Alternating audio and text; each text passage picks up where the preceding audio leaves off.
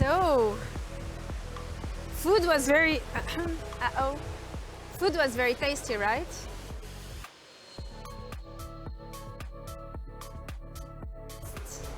Test.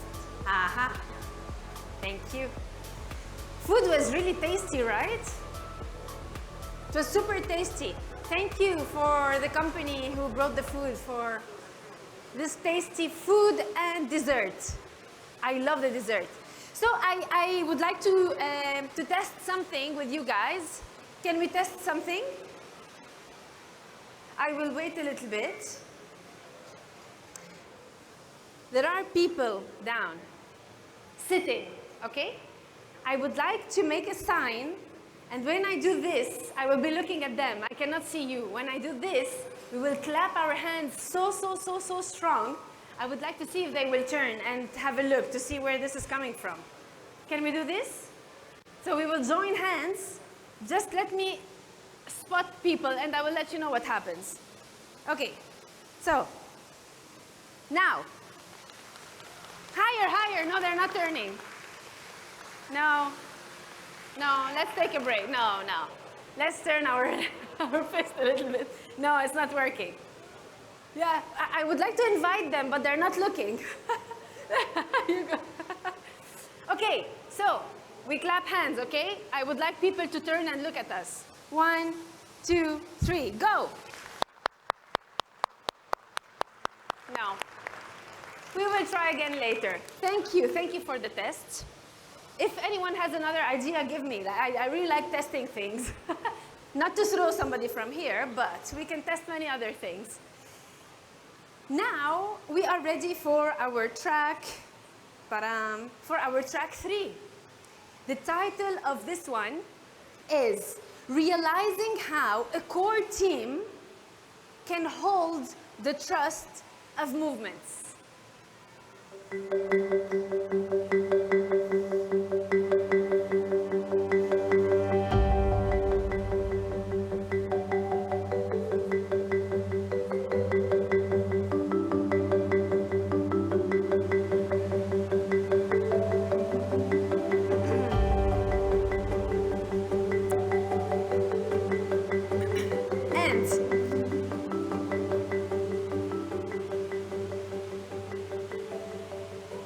Our first speaker for this track is Helena Pham, a partner of Consulus Global and managing director of Consulus Vietnam. Helena is a thought leader on unity at work, nation branding, and inclusive economy. Her insights regularly feature in Vietnam media and global platforms such as TED Talk and Shape the World Summit. With a track record of strategic leadership for major regional brands and governments, Helena is recognized as a leading woman leader in her field. Today, she will share her expertise on nurturing impact through trust. Helena, the floor is yours.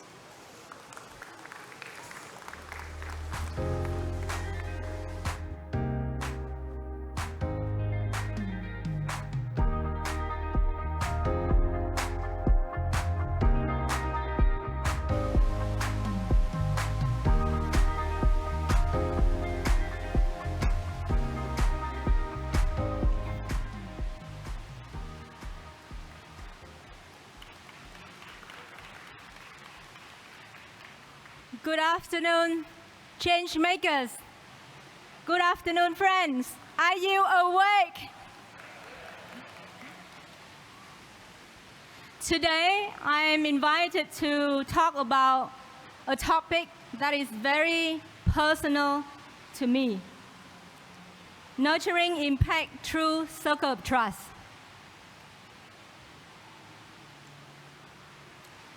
Growing up in Vietnam, a nation that fought fiercely for its independence, I have witnessed how these circles can transform lives. The fight for the independence of Vietnam wasn't just a historical event. It was deeply intimate and collective effort that brought people from across all walks of life together during those critical times. Ho Chi Minh, the second guy from the left, and other nationalists rely on tight-knit circles of trust to organize, strategize, and support one another in the pursuit of the common goal called freedom from the colonial rule. Through these circles, not just inside the country, within the country, the bonds were forged that transcended even geographical barriers. You can see people from France here, and many countries, progressive people from around the world were united to support us. They help us to foster solidarity, resilience, and a collective sense of purpose that propel the independence movement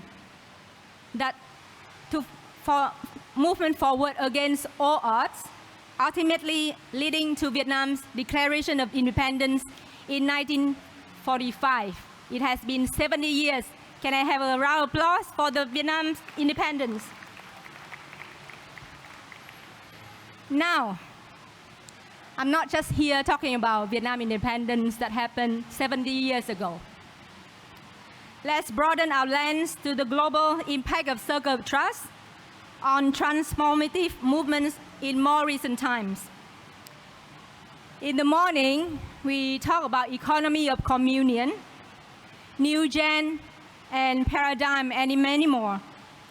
These circles, you see the presenters as one of the member of the Circle of Trust, right? These circles serve as a vibrant hubs for change, where individuals come together to exchange ideas, extend support, and unite in the pursuit of shared aspirations.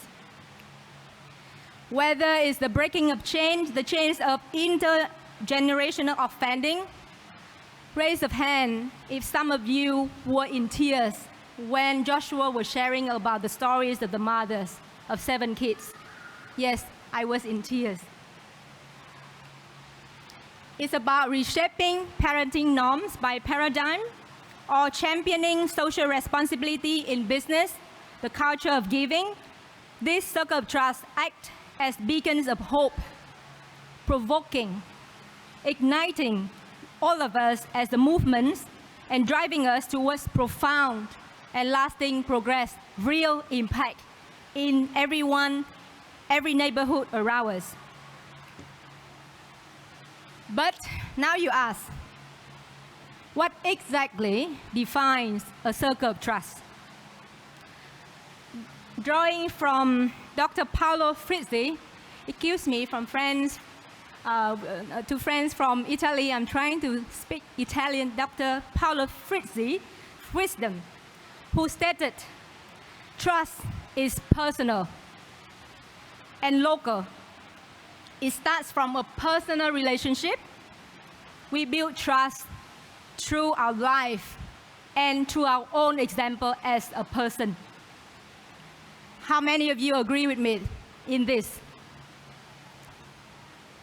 Yes, all of us, except for those who don't. I am one of you. I believe a circle of trust is built on personal connections, where trust is nurtured through individual interactions and life experiences. It's the authenticity and reliability demonstrated by each member within the circle that forms the foundation of trust. Creating a safe, the key word is safe, and supportive environment where members can rely on each other and grow together. It sounds like it's just a definition, right? In the dictionary, is it real? May I now have your permission to share a personal story that illustrates the power of trust within the core teams to drive positive change? May I have your permission? May I have your permission? Yes, thank you.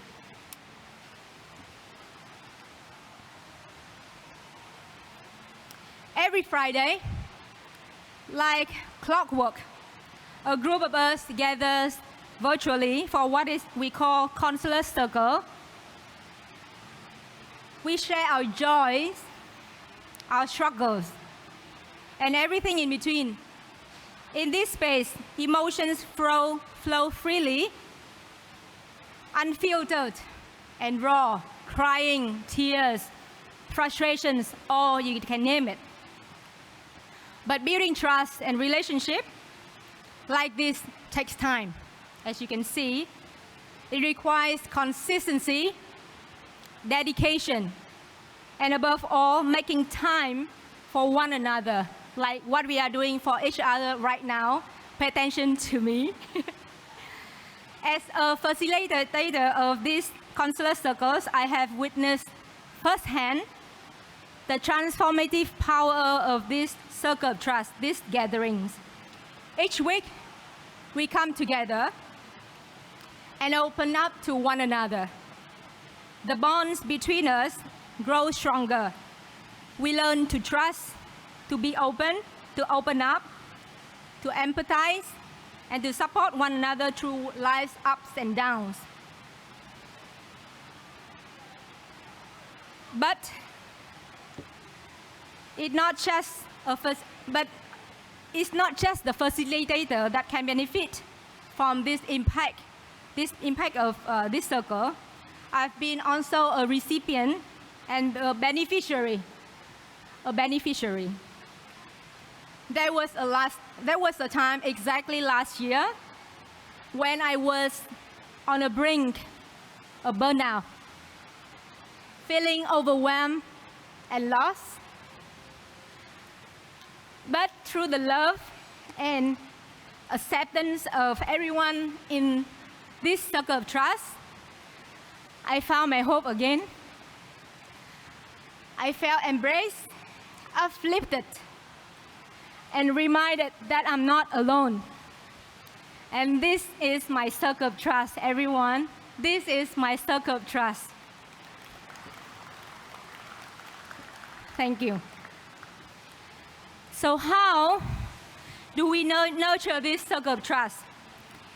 In our experience, working with our own organization counselors, as well as organizations across 23 nations, to sustain movements, it starts with establishing clear norms and guidelines, meaning create a safe space, no judgment.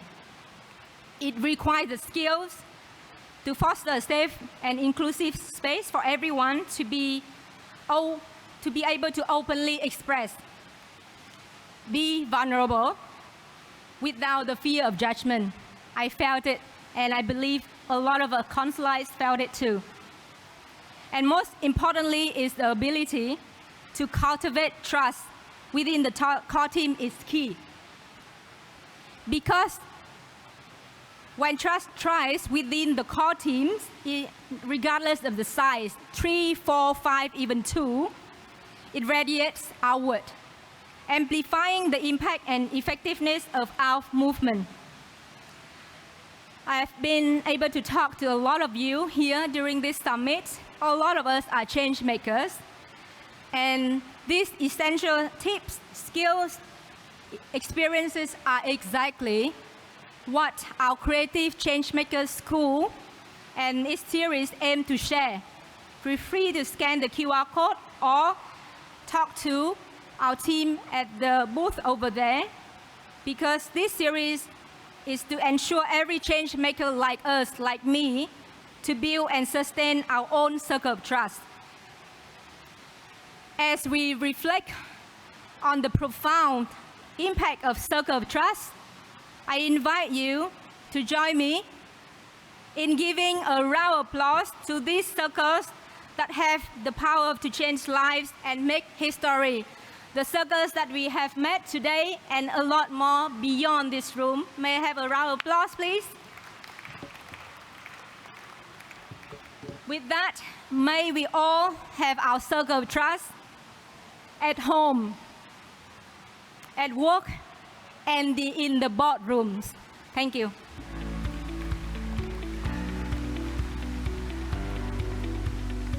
Thank you, Helena. Circle of trust. And now we will move to a topic that really needs trust to be able to bring in acceptance. Dr. Farha Iman will talk to us about dialogue for unity. She is the global head of Dialogue Core at Consulus, with over a decade of experience in faith and cultural dialogue. She holds a doctorate in philosophical and theological foundations of dialogue from the Sophia University Institute in Florence, and a master's in conflict analysis and peace building. Dr. Iman is a founding member and former General Secretary of Sarva Dharma Samvad, All Religions Dialogue, an NGO in Delhi, and a certified dialogue trainer. Her work includes significant contributions to interfaith dialogue and peace projects, including a UNESCO and Arigato Foundation project identifying best practices of interfaith dialogue in 50 Asian and Oceanian countries. She has presented papers and delivered lectures globally, covering topics such as Islamic mysticism, religious pluralism, and the role of religion in promoting peace. Let's hear about faith-based diversity, networking, innovation, and creating empathetic corporate cultures to yield sustainable, profitable results. Thank you, Helena. Thank you. Assalamu alaikum, everyone. Thank you for this long, beautiful introduction. Okay, because I'm at such a beautiful place, I'm little afraid to present what I'm going to present in the age of dissonance, in the age of divide. I do not want to talk about that at this place. But well, so, as we are currently noticing in the world that world is facing divide, conflict, and some places war. So it is inevitable that we remain unaffected by such condition. Emotionally, psychologically, spiritually, economically, socially, politically, we are being impacted by these conditions. But I see that it is actually, this is transitional phase, because history has seen that such phases has come and gone. First World War, it happened, then we created League of Nations. Second World War happened, we created United Nations. And then this, this change brings us some new ideas, new way to survive. And with that, we come up with new solutions how to bring humanity back after losing people, their lives, their properties, their work, their countries, their lands, but again we come back. And with time, humanity tries its best to adjust and to maximize the benefit even from that situation. That is what humans are. But because we are here talking about business, so I will I'll come back to that. So during conflict, it is very difficult to have successful business. For business, we need peaceful environment because it needs creativity, it needs strategizing, it needs detailed, measured steps, and only in peace we can grow. So now we are seeing, as a Pierre Koda, he is one of the theologian and philosopher from Sophia University. He says that we have entered into the new epoch. Maulana Wahiduddin Khan, he's a scholar from, he is no more, but he said, while in interview, he said that we have entered into the new age. And in the beginning, yes, there might be a problem, but we see that new age will bring peace. We can hope for that because now we see that people are focusing on dialogue. They are learning how to come, across, how to build the bridges. So new eras in global economy are also emerging, such as AI, such as green economy, such as social entrepreneurship. So similarly, now we can, what I personally believe and what I have seen here, especially with the economy of communion, that faith fluency in business is also coming up. Although the previous experts, they said that actually religion or faith is the thing of past. In future economies and future societies, people will not be so much, focused. They will not focus on religion. But I think religion is back. Faith is back with the bang. We like it or not, we cannot ignore it. So it's better that we equip ourselves. We prepare ourselves for that.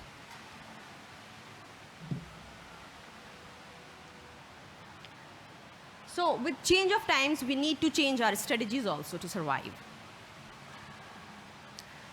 And with that, I was just discussing with Teresa that usually after the Industrial Revolution, people were asked to leave their faiths behind and come to offices and come to the industries or factories and work because their responsibility was not to think, not to feel, just to work. They had to check out their minds outside the office because there were managers who will think. That is manager's duty. But now we are seeing that people are more focusing on work-life balance, on what I feel, what I am, especially after Corona. I don't know, but whether I should say thank God, but every problem has a silver lining. Corona gave us time to think and sit and reflect. And I have seen so many businesses which emerged. Well, so many will gone down, but new ideas came up after that. So, and especially with the new generation, Gen Z, after some time, they will be in the leading positions. And for them, their mental peace, what they think, what is their spirituality, how they are being inclusive in the workforce, it matters more. In fact, in the morning, I was reading this news, which says that for Gen Z, they will prefer not to work if they will not feel comfortable in their office, if they will not feel inclusive. So I think we need to change our strategy to have new kind of workforce to deal with that. And with that, I would say that lots of researches and evidences shows that there is a change in the marketplace. And maybe we have Dr. Brand, he will explain how, because he is into this field. And so I would say that many employees of all levels in all industries in all parts of the countries, they are increasing day by day, wish to live a holistic life. And 85% of the people still believe in some kind of religion. When they come to office, they leave their religion back, and then they come to office. So it is like we are forcing them to leave their half or maybe more than half of their self outside the office. It is like they are just being robots, without feelings, without faith, without values.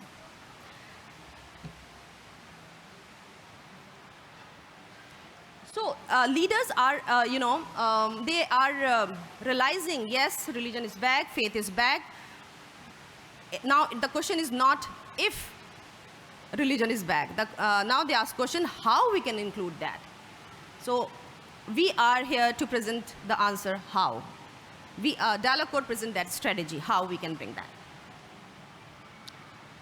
So we provide basically at three levels. Number one is policy transformation, how we can strategize or renew the policies to include faith into the policies. Professor Derek Van Beaver from Harvard Business School, he says that my guess is that most companies don't have a written policy that articulates how to handle religion in the workplace in a way that's instructive for management.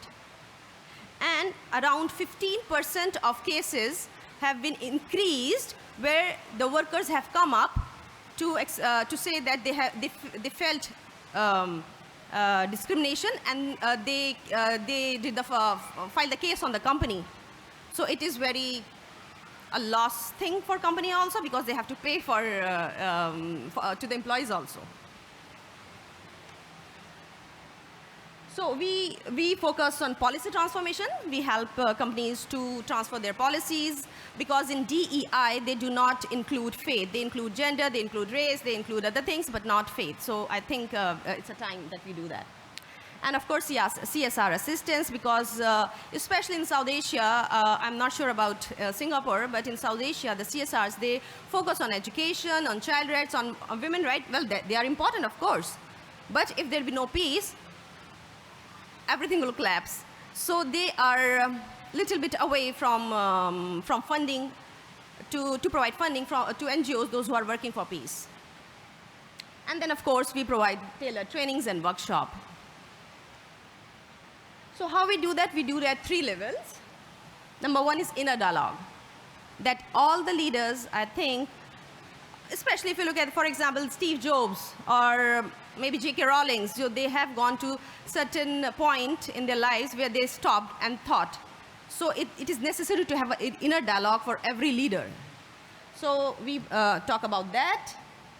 And then dialogue with team and within team, to understand our team's faith, what influences them, why they are in this team, what motivates them. Then dialogue with customers also. I would like to share a story of this photo. We were in Florence, and there is one place in Florence, they have very famous place for some burger or something like that. And that was non-vegetarian, and because I eat halal, so I was looking for a place where I could eat halal food. And there was this salesman. He was looking at me for so long, and then he came to me and my friends. He said, "Are you looking for something Muslim food?" I said, yeah. And I was, doubtful whether he knows what halal means. So he said, "Muslim food." I said, "Yeah, why not?" Then he took me to his restaurant, and he offered me Napoli pizza that was vegetarian. So then it really, that experience really stuck to me, because I thought that he is faith fluent actually. And this helped him to bring me again and again. And after that, I used to go there several times, yeah. So I think this is what I think, that this is the circle of unity, that at first, in the beginning, we must have inner dialogue within ourselves, then with our team, then with our customers, and also with our environment, which AgriCore and our paradigm and these things are suggesting. So this is what I think. This is the whole circle of unity: unity within our own self, unity with the people, unity with the God, and unity with the environment. So what are our principles? We do not promote any faith. We do not mix any religion. And of course, we do not convert, and we do not politics. Because, of course, I hope that you understand why. So our main focus is to embrace our diversities and equip individuals and companies with dialogue skills. So yes, actually I want to focus that we do not talk about only faith, but we focus on dialogue skills. That is more important. Yeah, thank you. But before I end, I would like all of you to scan this. It is a survey, because we need your inputs and your suggestions, not exactly suggestions, but what exactly going on in the mind of leaders. So those who are leaders, I will request them to fill this survey that will be very helpful for our research study so that we can come up with new data which will automatically will help you to understand your teams, your companies, your work, and your customers. I'm here.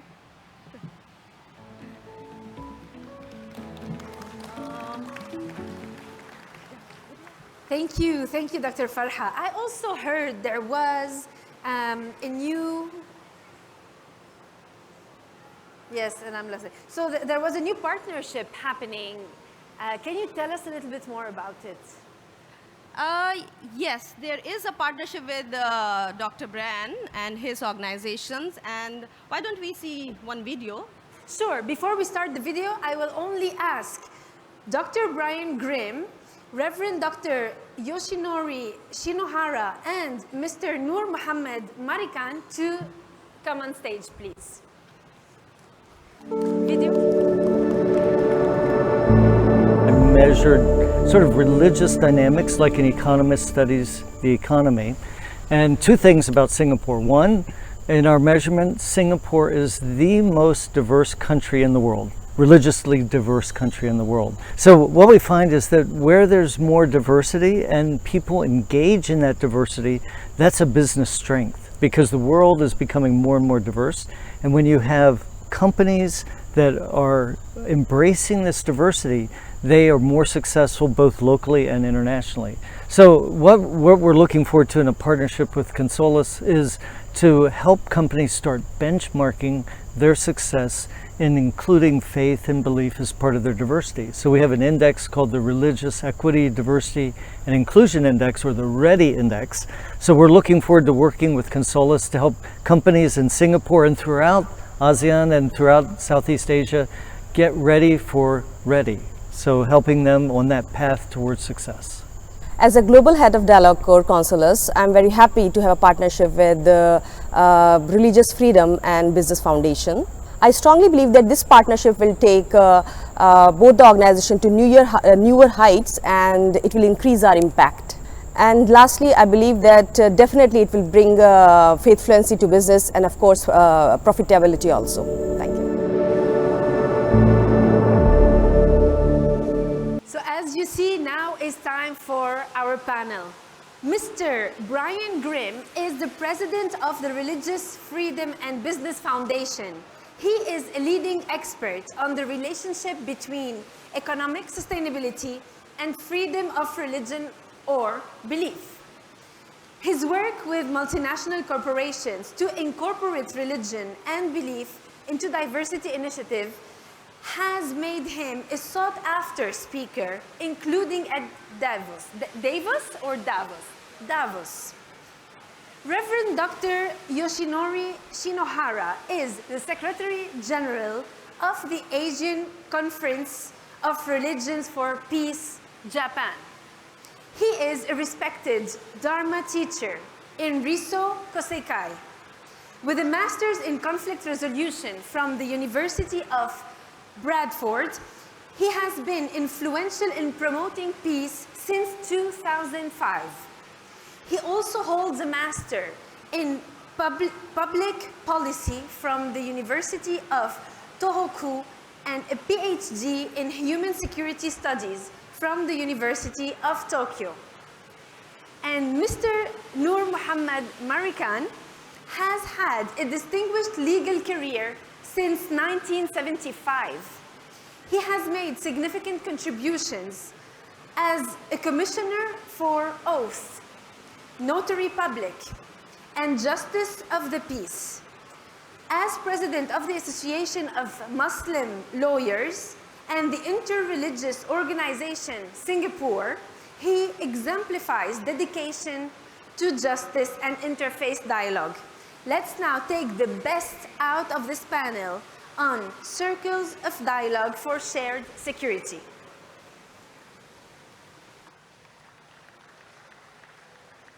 Welcome, everyone.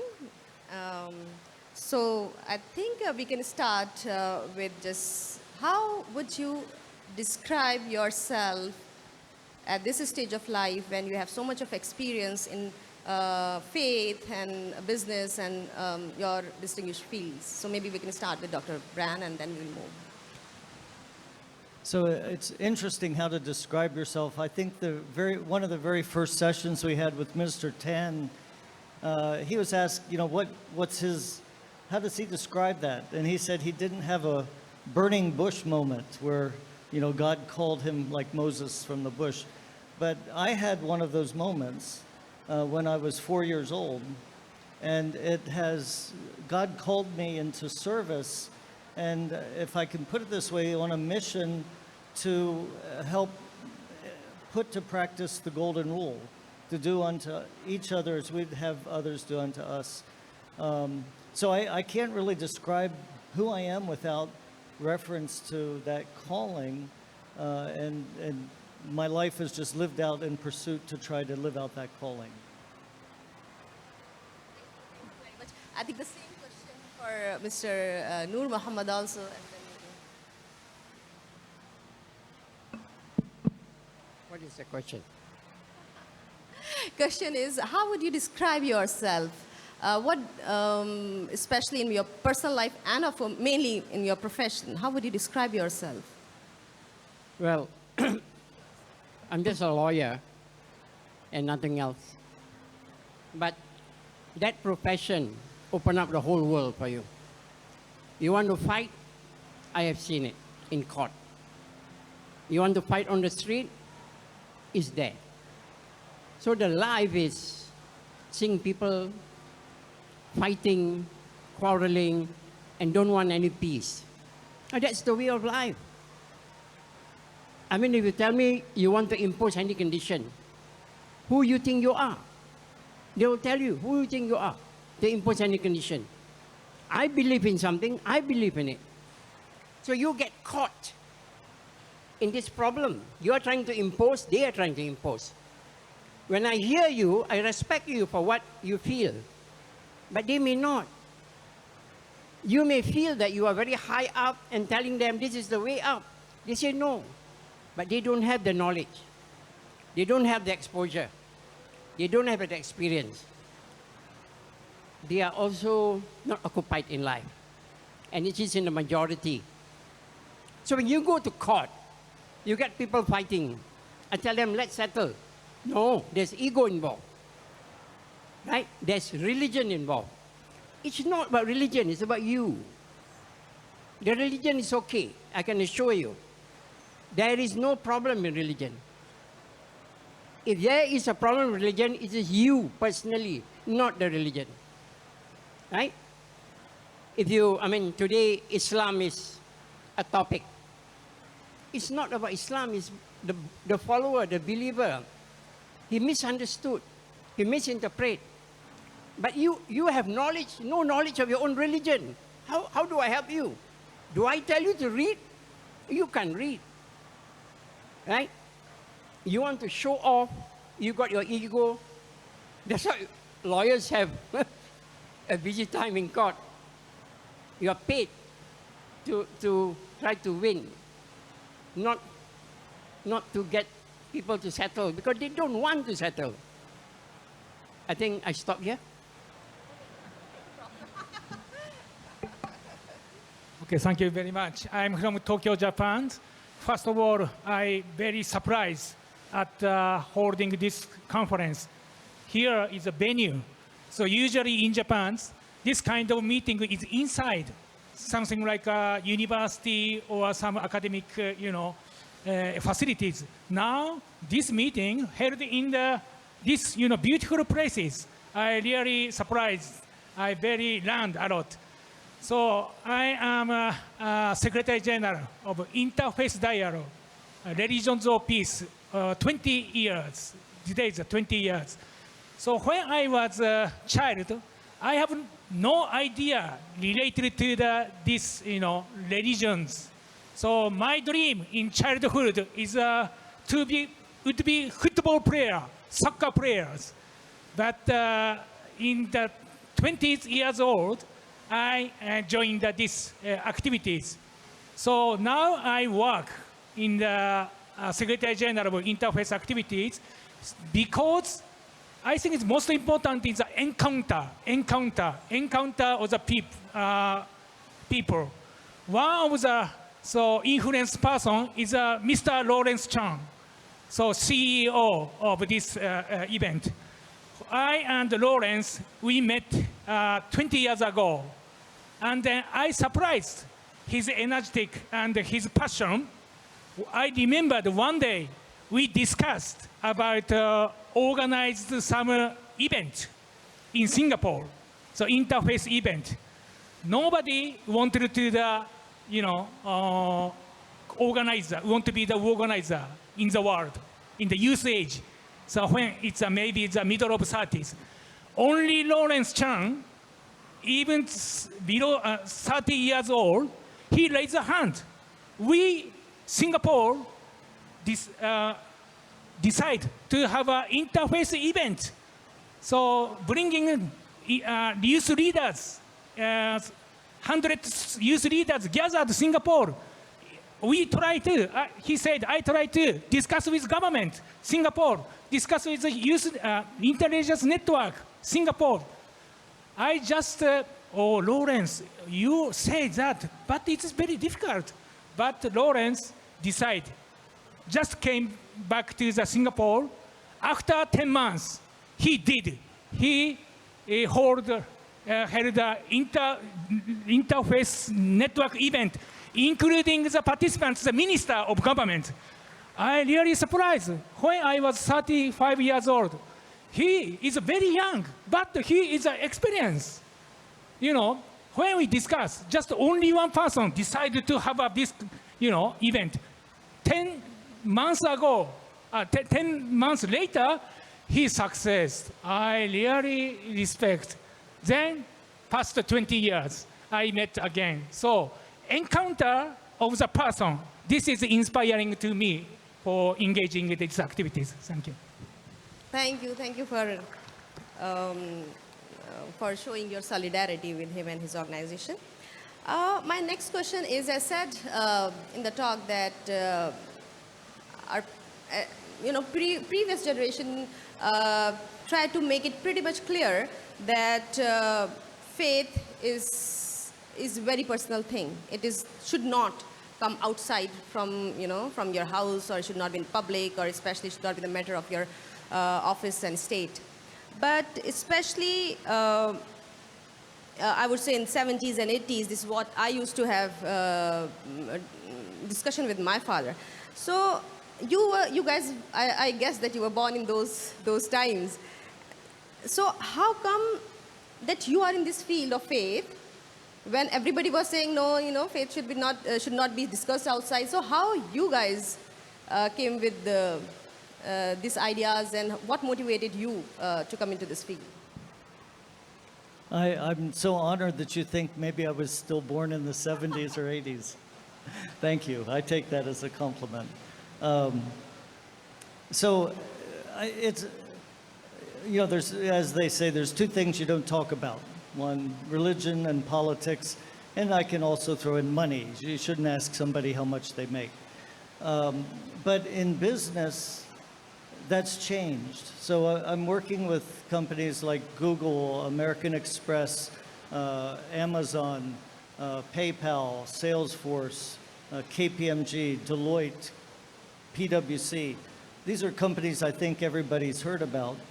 And in the past several years, they've moved away from the idea that religion has to stay outside the door when you come in to work. And they've now fully incorporated religion and belief as part of diversity, equity, and inclusion, DEI. So I think the question, why? How did that happen? And I'll give one statistic. So my foundation, the Religious Freedom and Business Foundation, we monitor the Fortune 500 and the FTSE 100, their websites, to see if they mention or illustrate religion as part of their diversity. 2 years ago, 200 of the Fortune 500 had religion. That's 40%. In the past year, it's more than 400. There's a movement. So more than double the number of Fortune 500 companies are now mentioning or illustrating religion as part of diversity in their companies. So two things account for that, maybe three things. The first is that, as you said, the millennials, the next generations, as they come to work, they don't have an idea that who I am doesn't matter. You know, it's like who I am matters, and my identity matters. So when they come to work, they're looking for a company where their whole self, and for many people, their whole soul can come to work. So that's the first change. The second is that big companies like those that I mentioned, some American Express, Intel Corporation, Ford Motor Company, American Airlines, Texas Instruments, these 5 companies for 25 years included religion as part of diversity. But in the past 6 years, new companies are coming in. So this doubling is because there's a desire, there's a demand among the workforce. Second, there's now a tipping point. So enough companies have said, no, this matters. And then the third thing is related to our topic is October 7th and the Hamas attack in Israel and then the response by Israel in Gaza. Workforces around the world, especially in the Western world, realize that religion, you can't ignore it. It affects people. People have an opinion. You know, it might be one way or another, but people are deeply affected. So religion's no longer something that we can't ignore. The chief people officer of Accenture, the global consulting company, said, stop asking if religion belongs in the workplace. It does. And so this is new. It might be new for many of you in the room to hear this, but this is now the movement that's happening. Thank you for this comprehensive, very detailed answer. This is what actually I was expecting and looking for, because I read quite not lots of, but quite good number of articles and book of yours. So yeah, thank you. So Mr. Noor Mohammed, apart from being lawyer, I'm also aware that you are heading IRO, Interreligious Organization in Singapore. So this is the same question goes to you, that being a lawyer, then how you ended up in being a head of IRO, and how it is important for the Singaporean diversity, how it has been instrument for change and peace in Singapore. Singapore, we don't put the religion at home when we go out. We bring the religion with us. So if you tell me to put my religion at home and I walk here, then who am I? What's my character like? How do I behave? Am I crude? Can I understand morality, ethics? So who runs the show if I put my religion behind? What are the rules? So Singapore is different. Come to office with your religion, no issue. Come for a party, bring your religion along. It's no issue at all. If you need to pray somewhere, they give you a space. Not one particular religion, all of them. If you say something bad about a particular religion, you end up in court. You will be charged in court. You will go to jail. If you have a particular religion, know your religion, behave yourself, and respect others. We have a special law on it. If I'm in court, time for prayers, say if today's Friday, there is compulsory prayers. They tell you, we'll stop here, you have your prayers. So near to lunchtime. Doesn't matter, all of you go. Have lunch and come back. And if you are having some buffet, having food together, we get your special food. For the Jews, we give them their food. For the Muslim, we give you your halal. That's Singapore. Inclusive. Practice your religion, but we give you the space. Respect one another. So when I was the president of IRO, Interreligious Organization, I have 10 religion with me. Can you imagine I have a function with a 10 religion? How to cater for their food? But we did. Everyone enjoyed together. But there is one point we tell them. Before you join the Inter-Religious Organization of Singapore, know your own religion first. If you don't know your religion, don't join us, because you become a troublemaker. You start making remarks. So I found that many of them don't understand their own religion. I just give you an example of Islam. There's some problem generally. That is not the practice. Maybe it's political Islam. Maybe it's got hijacked. Right? And you know it. The basic Islam has no problem with anybody. If there's a problem, I will answer your question. Right? Like today, I thought I was a bit late because Friday, we got Friday prayers. I was praying hard that the priest will expedite the lecture because he will finish by 1:35. He finished by 1:40. I rushed, changed, and came here. But I have to go for my prayers. Right? But I didn't complain to them. It's okay because I got time. I didn't say, hey, Friday, man, you never respect, huh? And then that is not a good Muslim. You must find a way out. Take up the challenges. So I am against you put your religion at home. Bring your religion with you. If you ask me as a Muslim, you ask me a question, I will answer you. I got to be kind to you.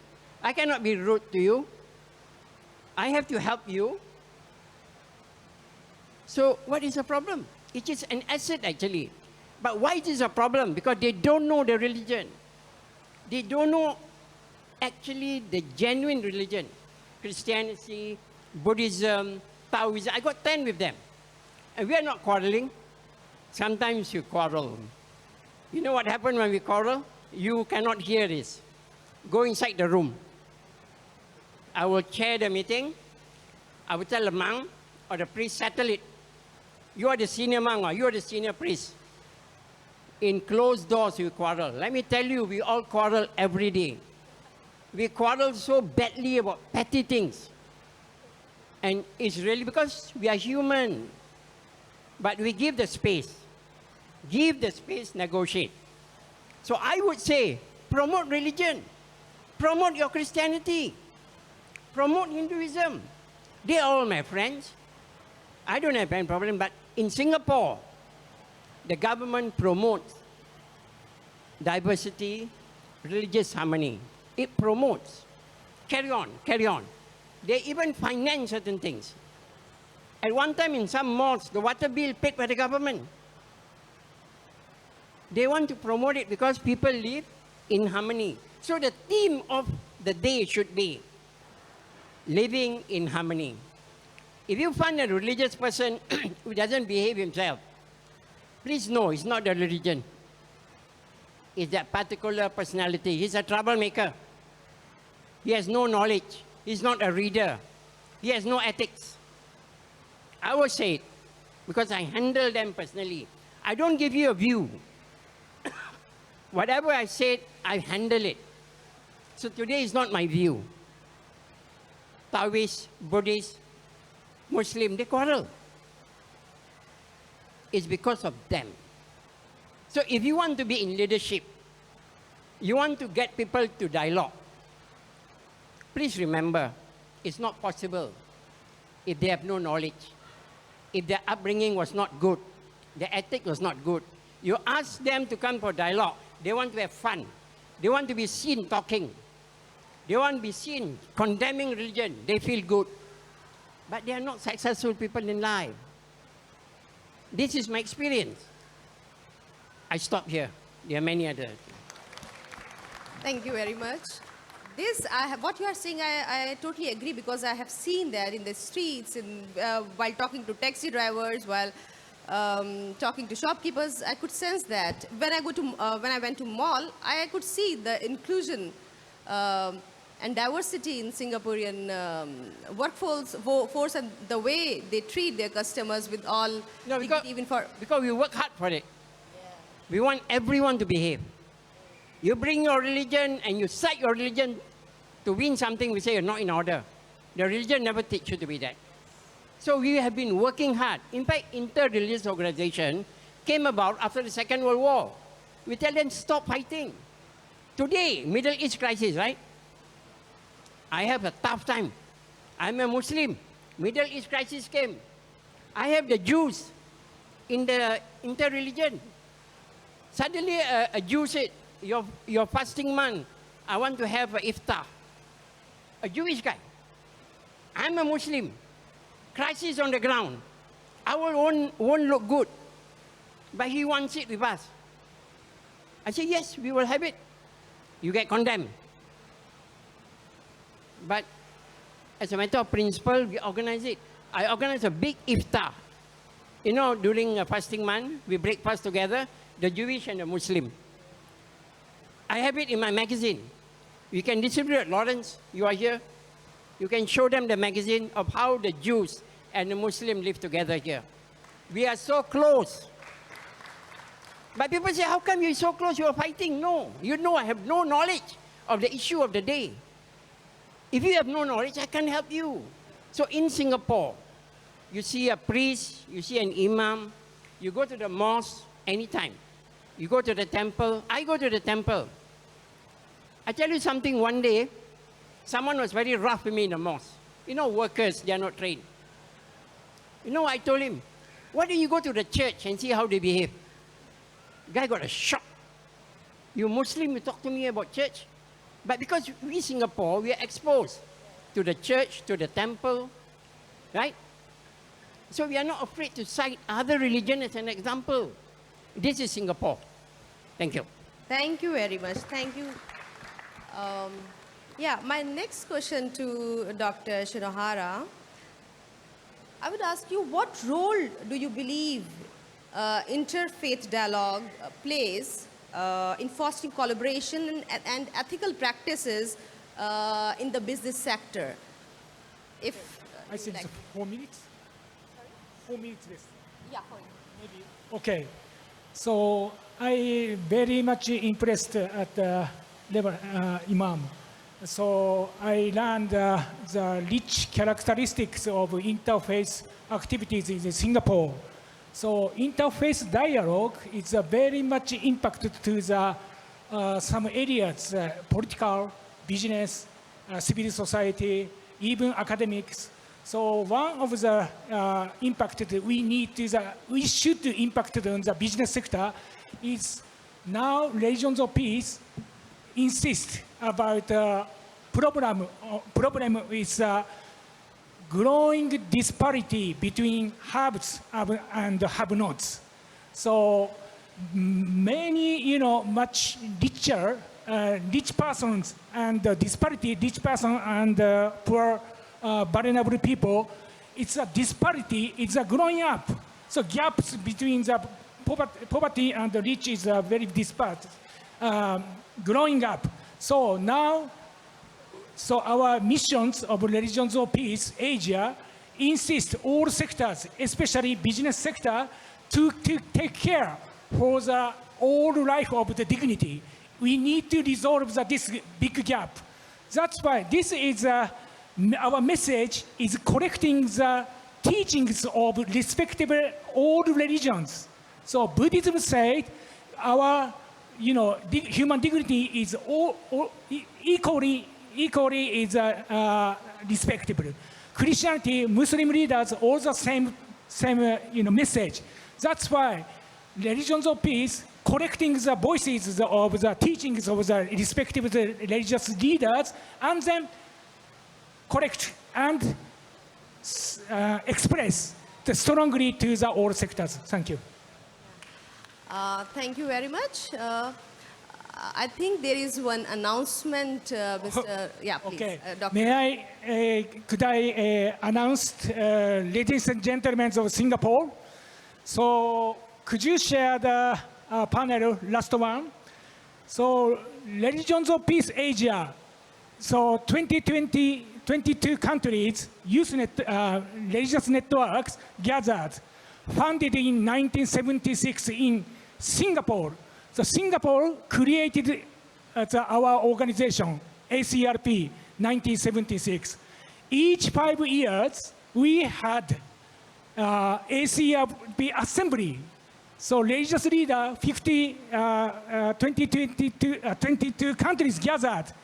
First assembly in Singapore, 1976. Then created the ACRP movement. Second is India. Third is Korea. Fourth is Nepal. Fifth is Indonesia. Sixth is Manila, Philippines.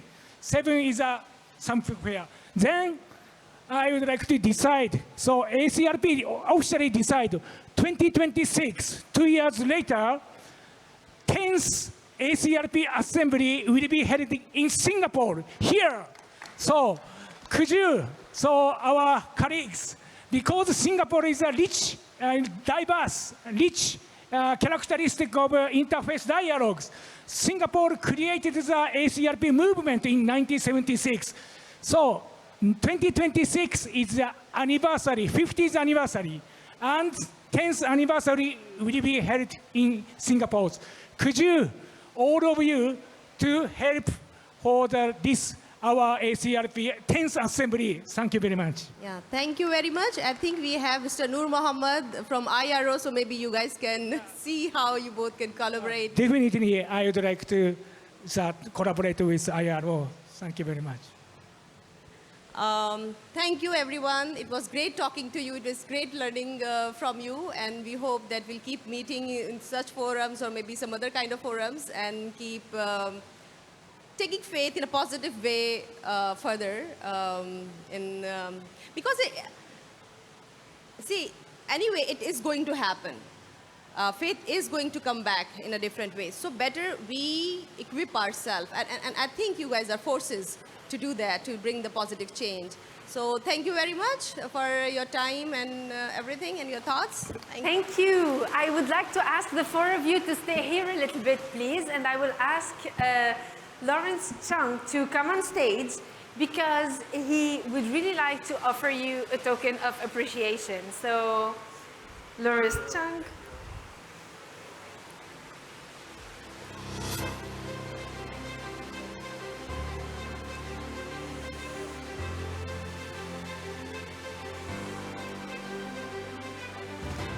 فرحة.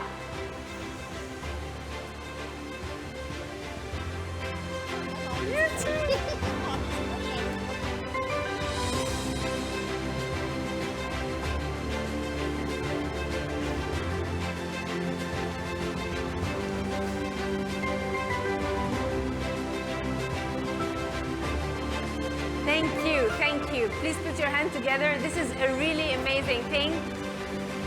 Interreligious dialogue is something we should care about.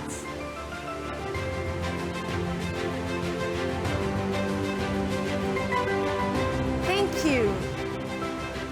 So now, since Lawrence is on stage already, I would like to thank every one of you for everything you shared. Thank you, thank you. Mr. Lawrence Chung, I invite you to stay on stage, and I will call on stage Eudora Hung. Mrs. Eudora Hung, stage is yours. There is something to be announced, right? Mr. Lawrence, would you like to explain about it? Yeah, together with our sister Eudora from Vietnam, she is ambitiously rebuilding, the Vietnamese companies and giving them spirit of innovation. And of course, I'm listening to my boss in Vietnam. Helena Pham, please, Helena, come. You know, when we go to the different 23 countries, I always say, I have 23 bosses. So she's my boss in Vietnam. And of course, Helena is the partner at the global firm. Right? So Eudora, we are so inspired by you. And we are looking forward to this partnership for the accelerator growth partner. Thank you. Come on, come on. Yeah.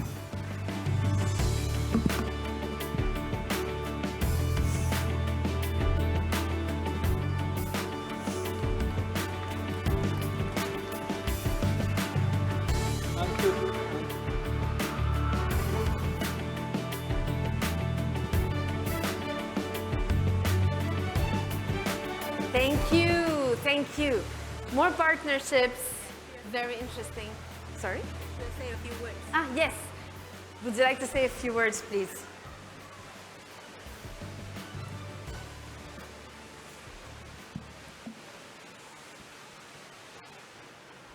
You want me to help? Thank you. Kính thưa quý vị, tôi xin được chia sẻ câu chuyện của phe Việt, một hành trình mà tôi vô cùng tự hào. Ladies and gentlemen, friends and fellow changemakers, I'm excited to share the story of Fair Viet with you today, a journey that fills me with immense pride. Năm 2023, sau 7 năm xây dựng và phát triển đơn vị cung cấp dịch vụ bảo vệ, thì tôi tự hào khi thấy những nỗ lực của đội nhóm đã mang lại nhiều kết quả cao quý. Và quan trọng nhất, chúng tôi đã đảm bảo cuộc sống ổn định cho anh chị em lao động phổ thông trong ngành. Họ tự hào và sống tốt với nghề. In 2023, after 7 years of building and growing a security service provider firm, I'm proud of the significant achievements our team has made. Most importantly, we've ensured a stable livelihood for our blue-collar workers, helping them take pride in and have a career path in their profession. Tuy nhiên thì kết quả đạt được với hơn 1.000 nhân sự vẫn chỉ như là muối bỏ bể. Và tôi luôn tâm niệm làm thế nào để người lao động phổ thông có được sự thịnh vượng hơn nữa. However, achieving this with over 1,000 employees still feels like just a drop in the ocean. I've always wondered how we can bring even greater prosperity to more blue-collar workers. Chính suy nghĩ đó đã thúc đẩy tôi tiếp tục khởi nghiệp với phe Việt và đồng hành cùng với Consulus. Tôi rất vinh dự khi được chọn là đối tác của chương trình gia tốc tăng trưởng của Consulus. This question drove me to start Fair Viet and partner with Consulus. I am deeply honored to have been selected as a partner in Consulus Growth Acceleration Program. Tôi tin rằng việc xây dựng doanh nghiệp bài bản có mục đích dẫn dắt sẽ giúp chúng tôi thực hiện sứ mệnh của mình, định hình chuẩn mực và tạo nên sự thịnh vượng bền vững. I believe that building a well-structured, purpose-driven business will help us fulfill our cause, shaping standards and sustaining prosperity. Mục tiêu của chúng tôi là đồng hành và hỗ trợ hơn 2.000 chủ doanh nghiệp bảo vệ phát triển bền vững, mang lại sự thịnh vượng cho toàn thể người lao động phổ thông. Và chúng tôi tin rằng với sự nỗ lực và sự hỗ trợ của Consulus, phe Việt sẽ tiếp tục đóng góp sự tích cực vào sự phát triển của cộng đồng và xã hội. Our goal is to support and assist over 2,000 security business owners in developing sustainability, thereby bringing prosperity to all blue-collar workers. We are confident that with the support of Consulus and our relentless efforts, Fair Viet will continue to contribute positively to the community and the society.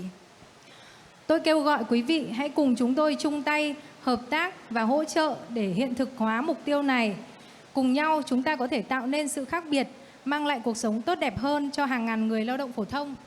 I invite all of you to join us, collaborate and support us in realizing this goal. Together we can make a difference and bring a better life to thousands of blue-collar workers.